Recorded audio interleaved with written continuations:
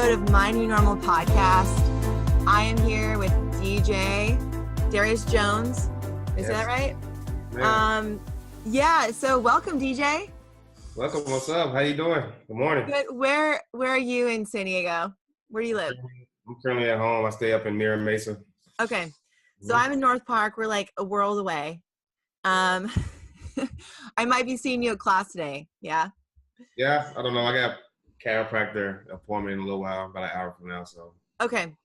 Cool. Well, we're so DJ, I met DJ like I would say 2 years ago. I think before I had my little one, or like right around the time I had him. You were just starting, or you were in physical therapy at the VA and working with a PT. I think I know from PT school. But you were a veteran, you're a veteran, and looking at other options of things to do besides just PT for activity. So you found our group and got to start working with DJ, and actually learned a lot from him in terms of how to adapt, because DJ has a spinal cord injury, and you're going to hear a little bit about that today. But that doesn't hold him back. Like, his function very much is way different than what you would perceive on an image, such as an MRI or a CT scan or even an X-ray. And it's really been really cool to learn from him in the functional fitness environment. And he's a family man, and yeah, he's just been a teacher of mine, honestly. Even though I'm a coach, like, I really appreciate the things I learned from the athletes that come into the gym. And he's been very consistent and very motivated. So DJ, tell us where you're from and what brought you to San Diego. all right. Well, I'm originally from Memphis, Tennessee. Born and raised, grew up there. I moved to San Diego early part of 2010. I joined the Navy. Went to school in Mississippi for A school, my job in the military, which is logistics specialist. Once I got done with that, it's like 2 or 3 months. I went to here and I came here to San Diego. I've been here since 2010, pretty much like 8 years. So yeah, that's what brought me out here. Military experience. I did 8 years in the Navy. Got out last year, and I didn't want to go back home, so I just stayed out. What'd you do in the Navy? I worked in logistics. I was a logistics specialist, so I was the financial manager on my ship. My last ship was the USS Lake Erie. Okay. San Diego, yeah. Were you at 32nd Street or down in Coronado? Yeah, it was here at 32nd. Mm-hmm. Okay. So I was in the Marine Corps, and I think we've shared this because we give each other crap about it. I do appreciate the Navy. Okay. Just going to say that. Yeah, Navy, yes, we know that. Yeah. Yeah. You all, so the logistics was an interest of mine as well. I did get to work as an engineer in the Marine Corps. I did get to work a lot in logistics. So I got to work a lot with logistical officers and those, especially out in Iraq. So can't do much without logistics. No. But can't do much without engineers either. Huh? I said the rounds would not fly without supply. Right. There you go. It's good. The rounds do not fly without supply. So what I want to ask you now is, you have a little one, right? Who's almost 2? Yes, he'll be 2 in November. Okay. So tell us what your favorite, because I'm also a mom of a little boy, and he's a little boy, right? Yes. Yeah. So what is your favorite activity to do with your little one? Well, I like to play with him here at home. Usually I go outside. He loves to go outside. He loves outside. Usually when I get up in the morning, get up and fix some breakfast or whatever, probably just hop back in bed and we just play around. I like to wrestle with him. I like to play around and wrestle with him, see how strong we is. Love like jumping on top of me, grabbing my beard, pulling it, scratching my face. I clip his nails a lot because he don't know what pain is yet. Like, he think he's having fun, but he actually hurting me. Yeah. I love to wrestle with him in bed and play around with him like that. And that's awesome. Yeah, soon we'll be going outside playing football a lot too. He loves throwing the football and kicking the soccer ball as well. He loves kicking the That's fun. I know. So the whole nails thing, like I have to clip my son's nails all the time because he doesn't also know that those are like razors. Mm-hmm. Um, and I don't get as much anxiety clipping his nails anymore as I used to, but his hands were so tiny when he was first born. I was always clipping skin. Mm-hmm. So now it's a little bit easier. I can like hold him down. He kind of likes the experience of seeing me cut things off of him. Yeah. um, My fake cry, he always try to give me a hug and ask me, am I okay? So you gotta like play around with him and like fake like you crying or hurt, and then he'll just like chill and try to give you a hug and everything. that's so cute. It's funny. Yeah. So yeah, having a little boy, like my little one has so much energy and all he wants to do is be tickled and be chased after, and balls and books are his favorite thing. So from the moment he wakes up to the moment he goes to bed, it's like balls, books. Yeah, he loves books as well. Yeah. Yeah, that's awesome.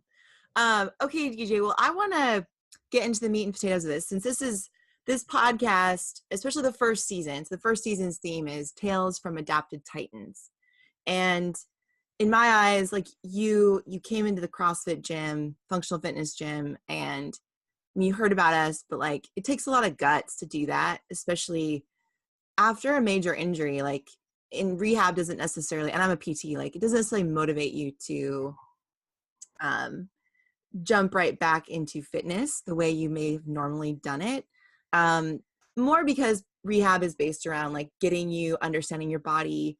You're in a wheelchair now, having to transfer from the ground. Like their whole mission is to get you to do quality of life things decent, but like quality of life things are great, but they're not things that help you necessarily cope. Like Mm-hmm. fitness can help you cope. Sport can help you cope. And while there actually is a really lot of good resources for adaptive sport, like you did an adaptive powerlifting meet not too recently, and but adaptive fitness, like exercise is a way for people to cope with crap going on in their life. Like for me, it helps me de-stress, um, and it helps me calm down, helps me feel strong for the sports I do actually. So you coming into the gym, you rolling into the gym, like took a lot of guts. And I want to know though, before we even get into like why you found us, like what happened? Like what put you in a wheelchair? Okay, well, me and a friend, we was heading to the gun range one evening after work, and I don't pretty much remember anything. All I remember is waking up in the hospital. So I was on a motorcycle at the time. Um, it was a collision with me and another car. I guess the car didn't see me. I didn't see them. I was going to keeping straight on the right lane, and the car was making the right.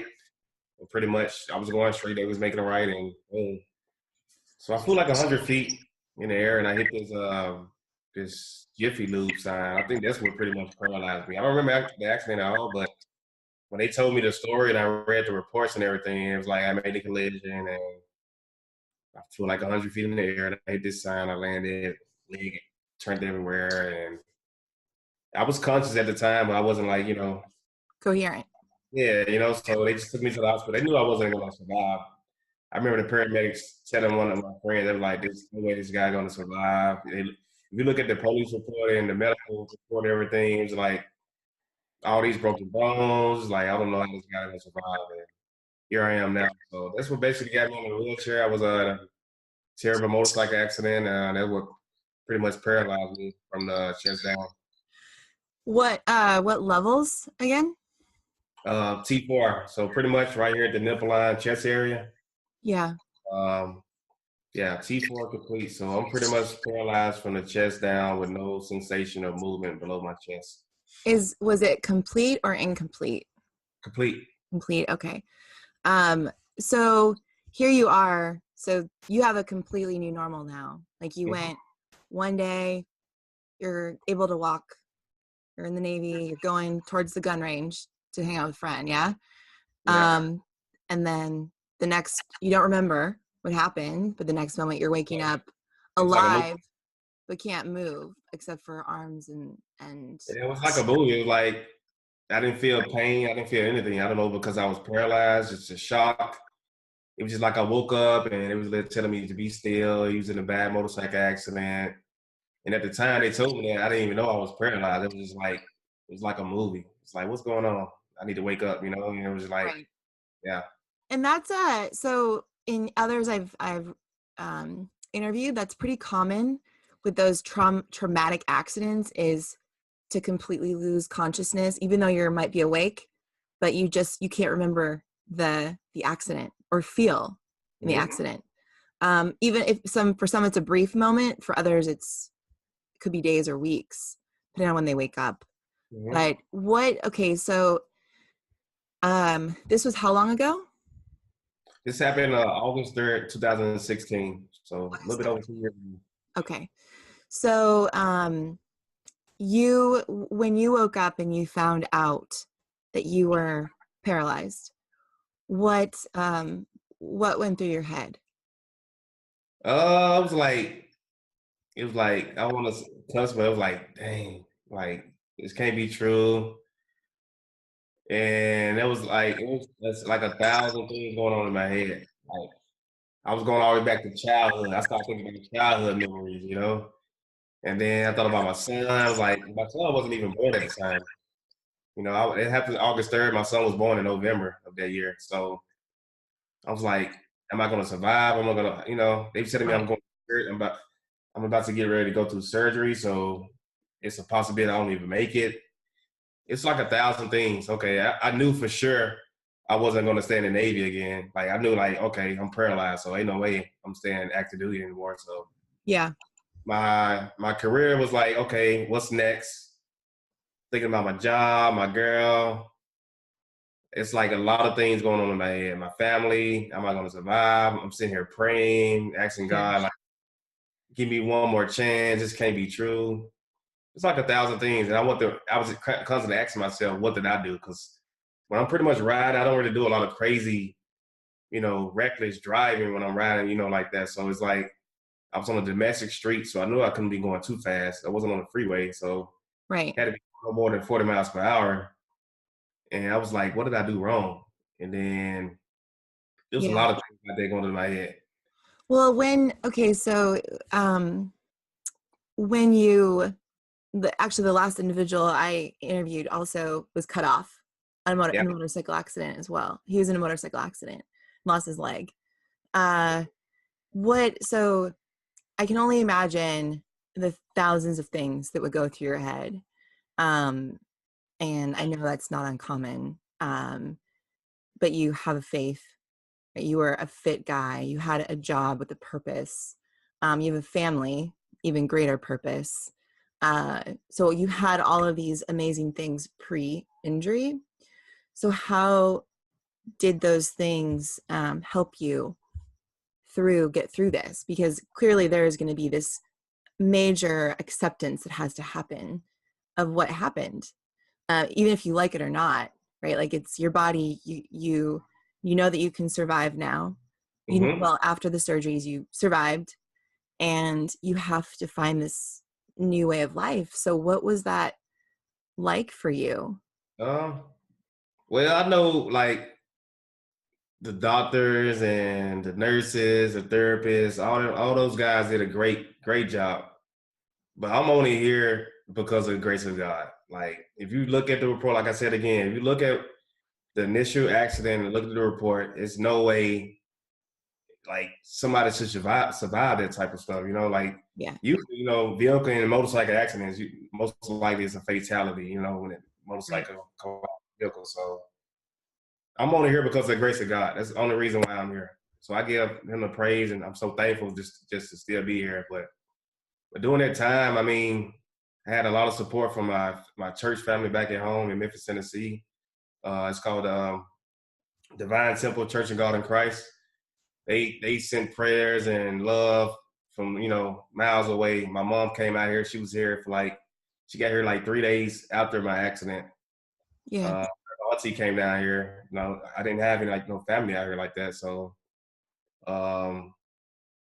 yeah, so she just took off work. She was here for like a year and a half after my accident. You know, she was just here with me in support. So she was like the biggest reason, you know, I like coped and like I got through the whole, you know, like the whole process. Cause initially I didn't think I was going to be paralyzed. You know, she was a mother. She was like, just for right now, just for right now. When I found out I was paralyzed, I thought, okay, like 2 weeks later, I'll just be getting up, walking. They had to fix everything. And she was just that aide right beside me in my ear, and holding my hand every day, just walking me through the whole process. Everything's going to be okay. We just got to take step by step, you know. Yeah. Like 2 weeks later, I couldn't even talk. So they had me on the trach and pretty much on the life support for like a month and a half, 2 months. So I couldn't talk at all. So I was just writing stuff down and shaking my head, no or yes, for like 2 months, you know. So they were just talking to me every day, and I wanted to give up plenty of times, but I was just constantly thinking about I came this far. I got through one surgery. I move on to the next surgery. Okay, God bless me through that surgery. I'm going to the next surgery. Yeah. I had like 4 or 5 surgeries, so a couple of those surgeries, I pretty much died. They said I lost my vitals and everything, so I had to stop the whole process and get my vitals back up, and we had to go through another day before we start everything back over again because I was just too weak, losing blood. And yeah, my mom, I pretty much say my mom and family, friends here in San Diego too as well. My shipmates on the ship, my military family came out of support, but I want to say mainly my family. My mom was pretty much like right there beside me. The whole And time. Yeah. yeah, my church family, just prayers from everywhere, everybody. And I couldn't talk, so they just showed me, you know, letters. I just read letters and like reading Facebook posts and texts and everything like that from friends and family, just telling me to stay strong and you are a strong guy. And I Yeah. just felt like, you know, it was like a bottom, like I was at rock bottom. You know, I was like lifeless. Like I don't know what I was gonna do next. I just feel Right. like and I just had so much support. So yeah, that what pretty much got me through it. Everything. I mean, it's still initially, I still have my days to this day, you know. But you Sure. know, gotta keep going and keep myself busy. So you the power of faith. So when it comes to like trauma or Yeah. just overcoming anything, like we can't do it alone. Mm-hmm. Right. So faith sounds like it was number one, faith in God. And there's this kind of funny saying my dad used to say, if the Lord wants you to hang, you're not going to drown. Mm-hmm. Right. It's like you just, for the grace of God, go I. Like most people are going to die off an accident. There are many people that would die in an accident like that, but Yeah. you didn't. And potentially that was, it wasn't your time. You're a strong guy. You have a family, you have a purpose. And there's lots of things that go into that, but that didn't change post injury. It sounds Mm-hmm. just now you're navigating this new body you're in and this new way of moving. Um, so the therapist, your mother, your support here, your shipmates, knowing you're going to have a little one helped pull you through and get through this. So when was it, around how many months after this injury did you feel like you could kind of do things on your own? Um, happened in August. I started feeling that way. Started like, I mean, all pretty much like in December. Wasn't that far? Like 4 or 5 months after my accident. Okay. You know, I got my OT, my occupational therapist at the VA, and she was just showing me, okay, this is how you dress. I had to live all over again. So this is how you put your shoes on. This is how you put your pants on. This is how you shower, groom, and all that stuff. And at the time, initially, I was in so much pain. I didn't want to do anything because, you know, when you're in pain, it's hard for you to get out of bed. Even Right. though I was on a lot of drugs, but I still felt a lot of pain. Uh, yeah, so my mom she was pretty much, nah, you know, There. my mom hasn't took me a shower since I was probably like 5 or 6 years old, you know. And here I Yeah. am, Yep. 20 years old, 27, and she's doing it again. It's like, oh man, I can't, this can't be life. You know, I can't get home and have that's what's going on in my head at the Yeah. time.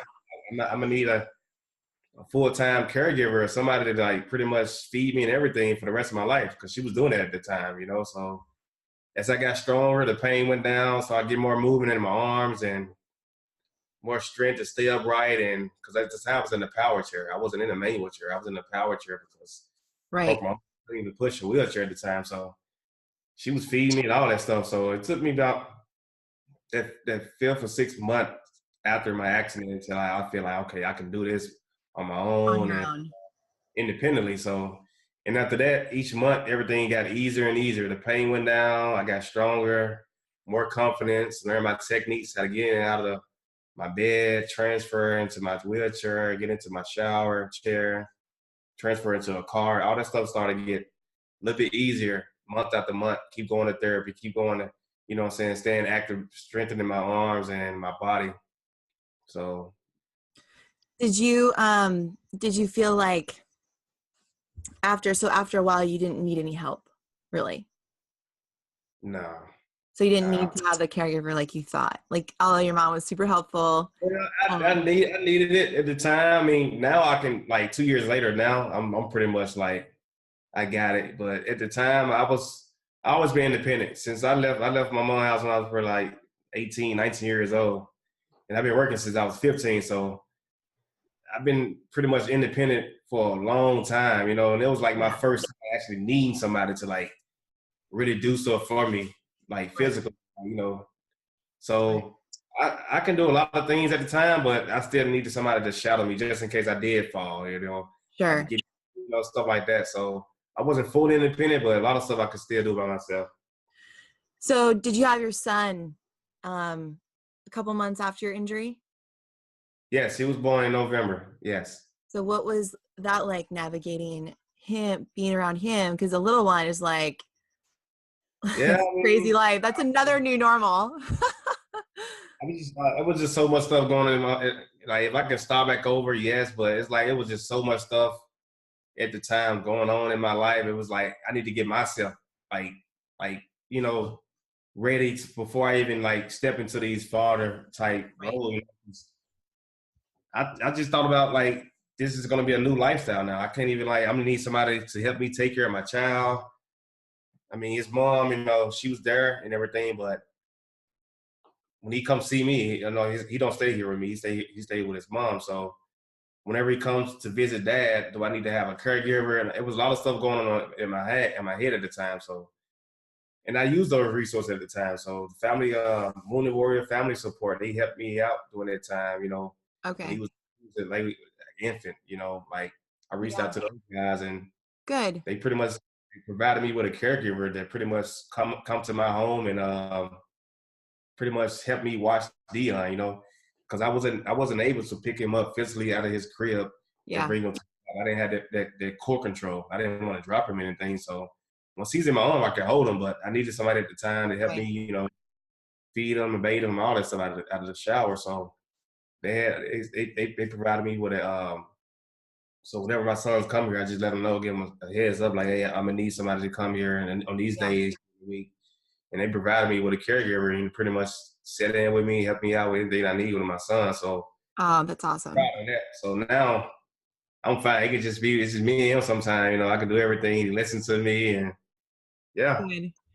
That's awesome. I can, so I'm sure like he was born a couple months after your injury. So as you're dealing with this whole new normal in your Mm-hmm. life, as well as dealing with just the struggles of like, okay, what's life going to look like? And you don't know because you're experiencing it. You don't know how independent you'll be yet. Mm-hmm. Um, but then a baby, which is a totally needy little human, amazing, joy in life, but like you actually did you said a beautiful thing. Like you had to take care of yourself first. Yes. Thankfully, your little one had a mother, you had your mom around. Huh? So, but yeah, you got to get yourself right first. And I think whether you're a parent out there listening who has had a major injury or not, like your child depends on you, and whatever you have to do to get your head right Mm-hmm. or your health right, you should do. And that should be priority. Yes. I think many people put their children first.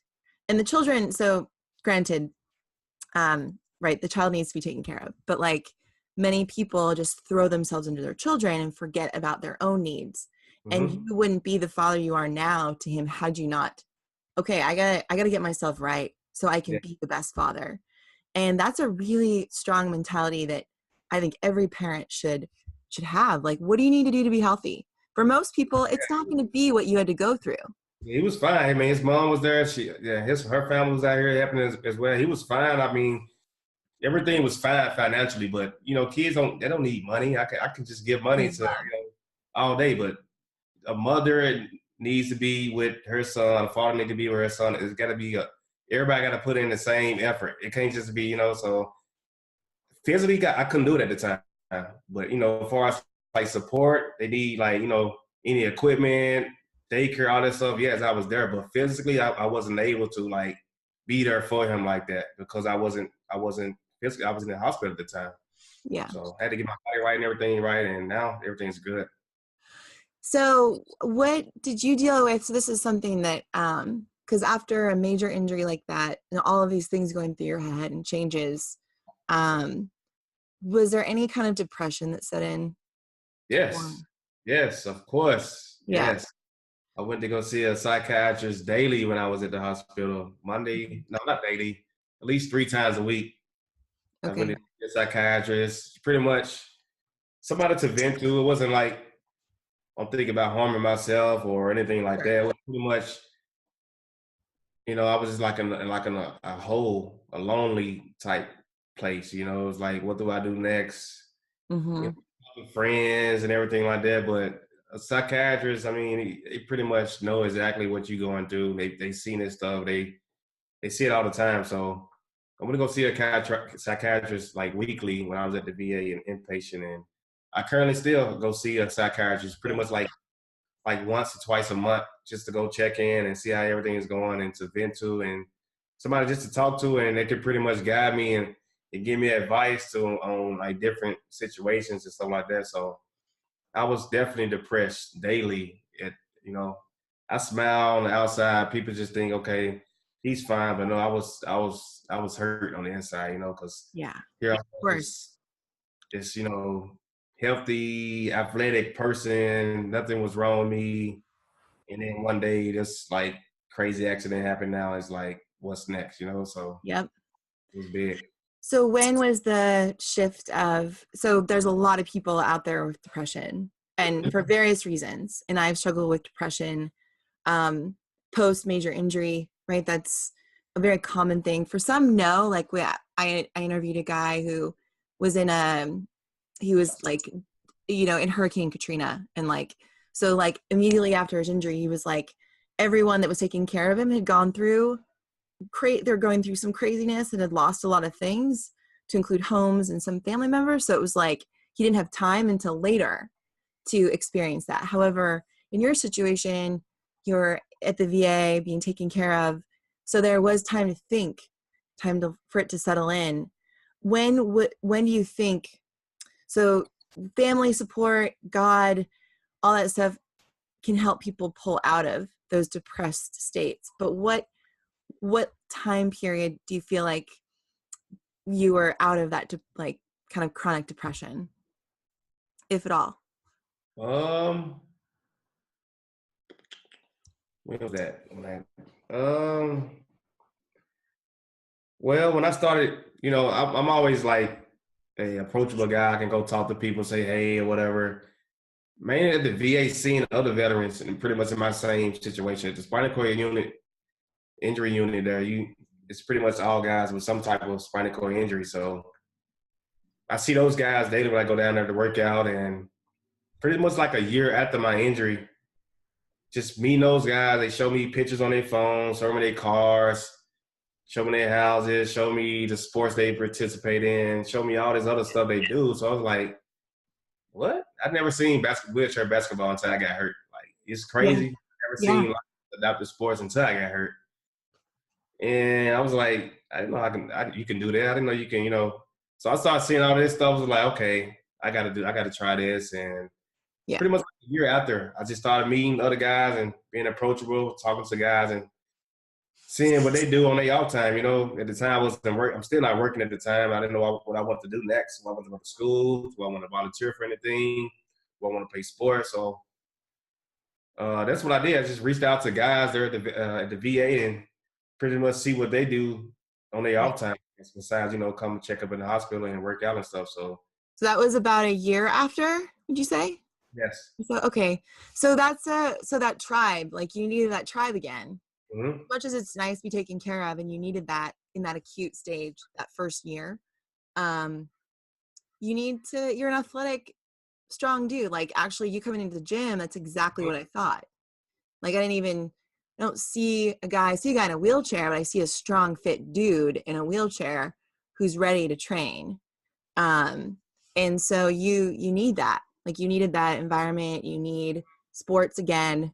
And I Yeah. think it's really rad to see all of the different adaptive sports available, like wheelchair basketball, student volleyball, skiing. I Yeah. mean, you can use so many things. And so getting into, and I think also finding other wheelchair, those that have gone through similar things and Mm-hmm. connecting with them so you don't feel alone.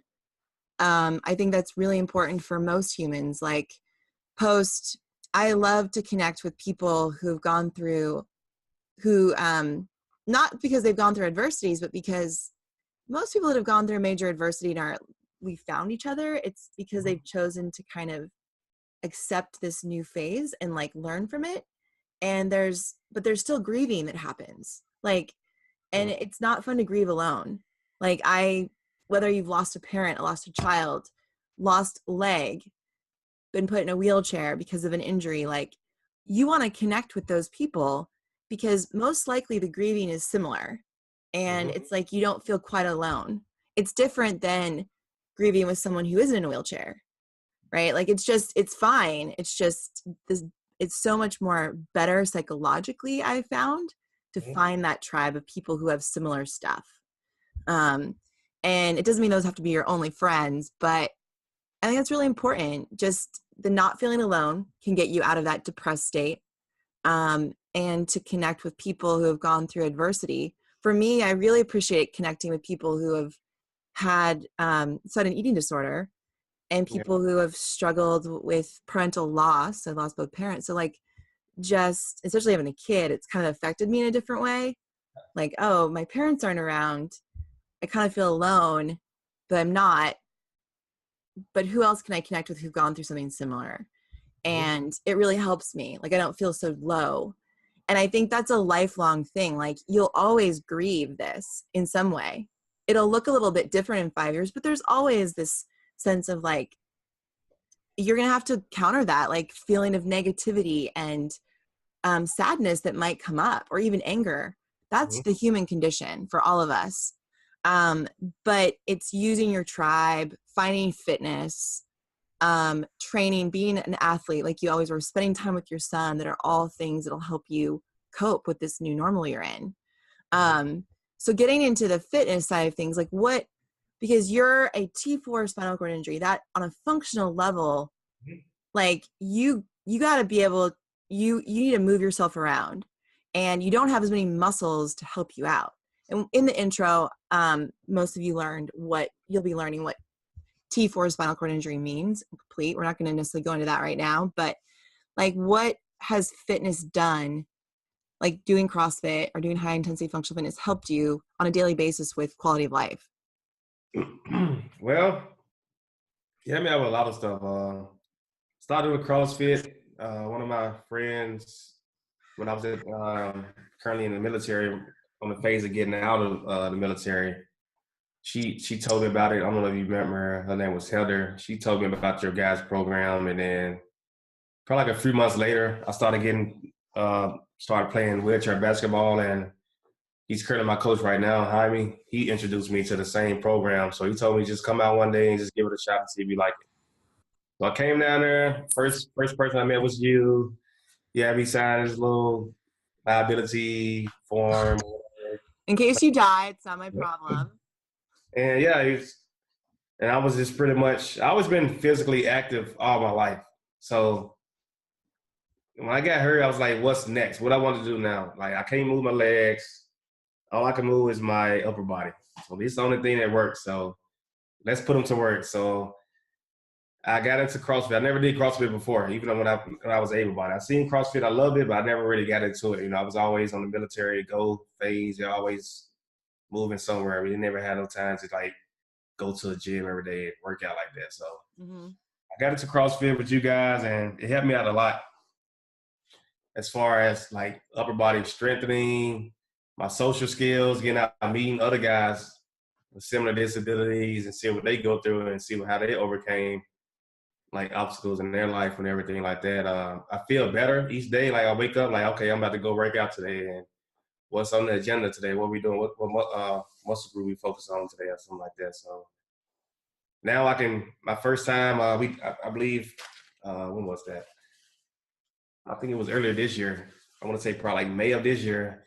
You had like a floor exercise that we did, and for the first time, here it is, almost a year and a half since my injury. It was my first time transferring from the floor to my wheelchair by myself. And in the beginning, I couldn't do that stuff. I was just, my upper body just wasn't strong enough, you know. So when I did that day, I mean, I told you guys, it was like, it was That's my first time, you know. fucking awesome. Yeah, I People remember. like, congratulations, but like on the inside, it was like big for me, you know, like because any moment I can just fall or hit the wrong bump on a curve one day, and nobody could be around, you know. And I don't want to like hurt other people if they're not physically fit to help pick me up Right. out of it. So I got to learn how to do this stuff on my own, and that was like a big turning point in my life. And I was like, okay, like this CrossFit stuff is actually working, you know. Right. Even though I go to VA weekly doing that therapy stuff, but it's pretty much me independently doing my own exercises. So just all those muscle groups that you guys have me doing there, I can tell it's making a big difference. A lot of transfers I do in and out of my truck is so easy because I'm so strong, you know, like Yeah. everything's like a bounce. There's no like, I don't feel anything like a strain, like me Right. getting to bed, me getting into my car. It's like a quick movement, you know, so a That's lot of this awesome. stuff a lot. And I feel like every day I feel like I feel good about myself mentally, physically. I feel like I have a purpose to keep going and Yeah. like reaching a certain goal. And doing this CrossFit stuff, it's not like an end. It's always something to keep going and moving towards Yeah. being like perfect on something you're trying to do. So it's not like, okay, I've mastered this exercise. What's next? It's Right. always something new that you guys give us and keep going and pushing to like stay fit. So, and it's important for us, like Right. in the wheelchair, but not being active, I can easily put up 10, 15 pounds in 1 month without Right. even doing anything. So me staying active, that's It's big really important. on my health. So I think everything you guys do.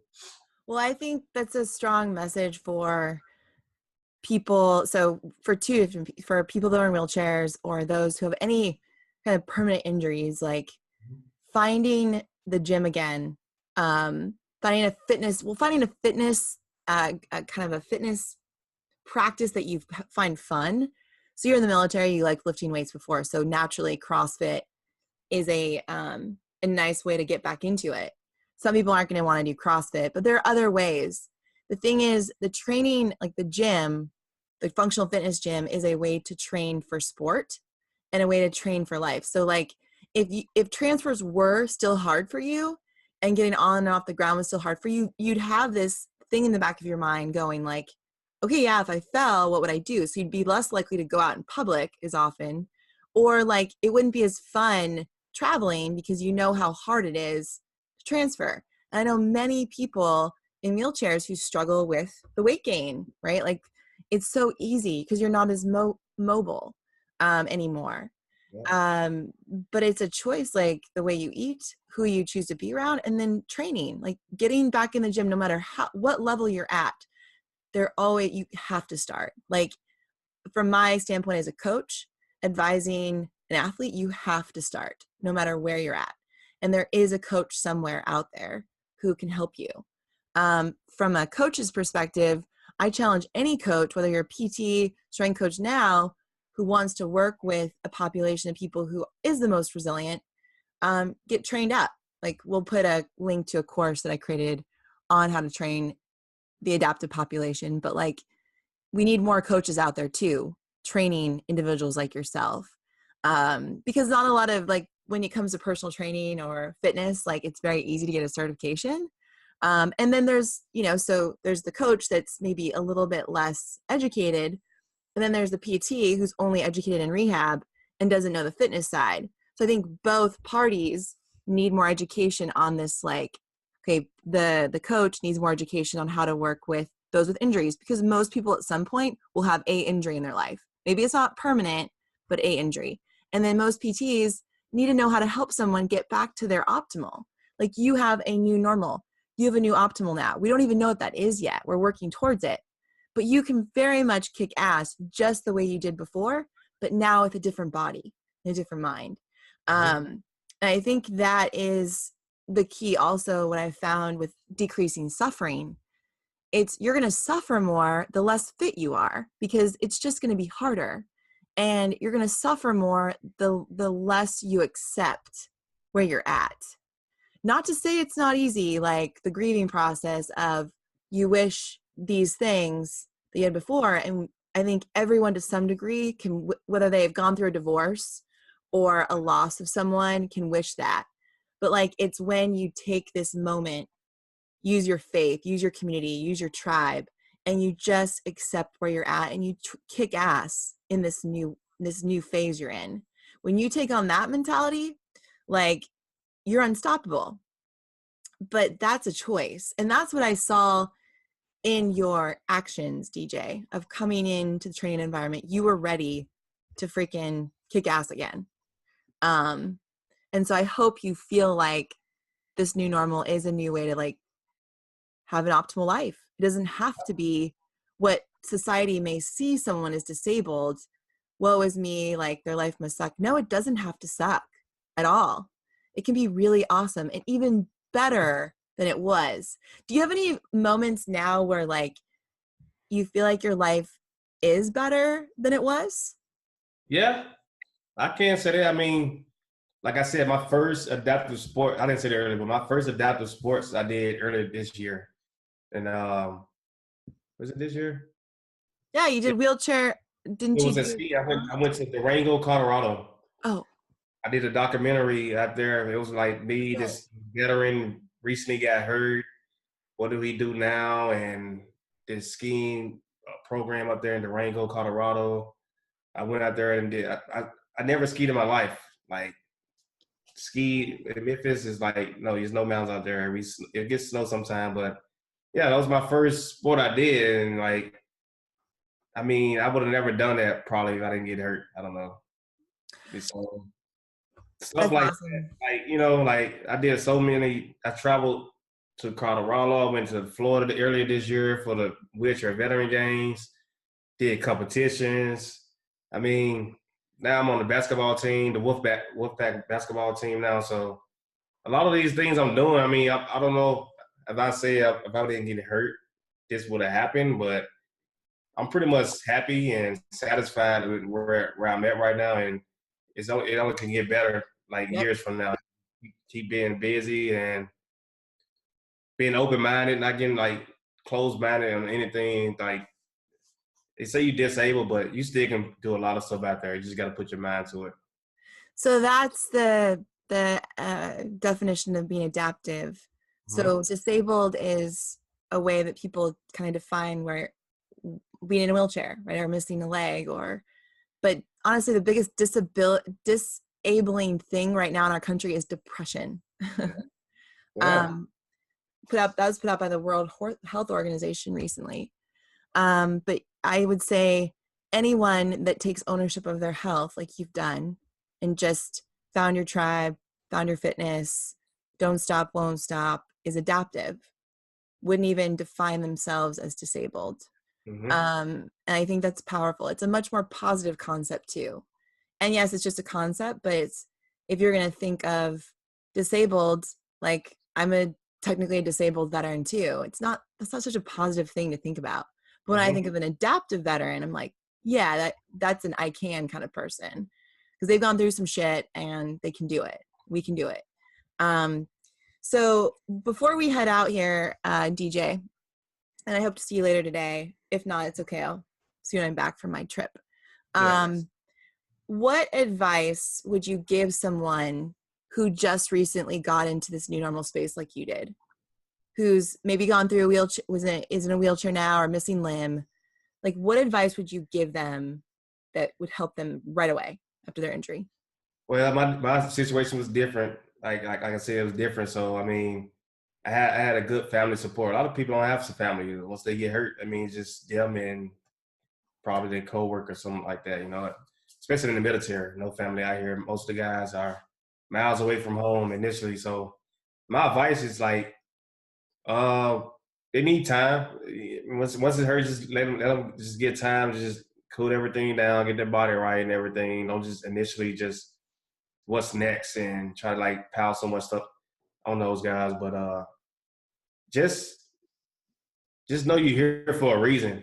That's how I like look at it. At the time I didn't have any pain. Like I said, I didn't feel like no pain or anything. I was like, why am I paralyzed? I don't feel like nothing was wrong with me. Like I didn't feel like I was about to die, but I knew I was gonna die. But I didn't feel like a pain, like, oh, I'm about to die, you know. So if you're there, like you're just getting hurt or anything like that, just know you're here for a reason. Get out, be open minded, look at videos, look at magazines, look at something that can motivate you to live your new life.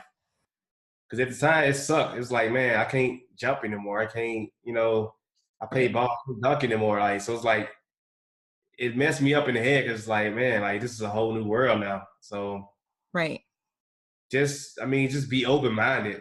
Don't give up. Be open minded. Know that you're here for a reason. And there's a lot of people out there that want to help you.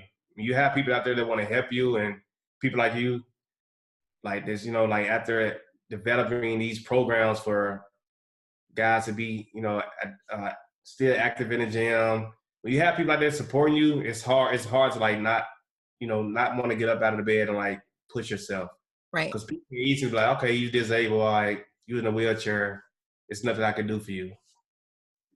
When I first came to that gym, you were so excited. You was like the first person I met and was like, welcome me with open arms and like, okay, we're gonna get you there.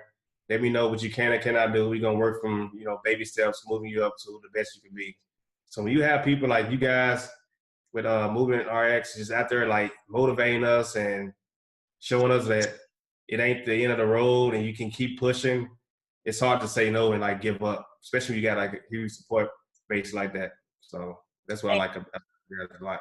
Well, thanks, DJ. So anyone out there listening, just if you've just gone through a major injury and you're in a phase of losing hope, like you're here for a reason. That alone should remember that every day, and that there is a way to be active again. And being active again and strong again means independence eventually, but it's a process and it can't be given to you by a pill. So I think that's a very strong message. Thank you, DJ. And thank you for your time. This was Thank an you. awesome. If Anytime.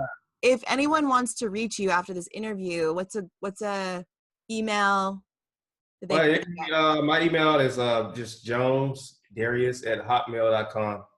Okay, we'll put that in the show notes. Yeah, Um, jonesdarius@hotmail.com. And yeah, I usually respond back within that day. If not, I respond back within 48 hours. awesome. Thank you, DJ. All right, you guys, we're going to sign off. Have a wonderful day. All right.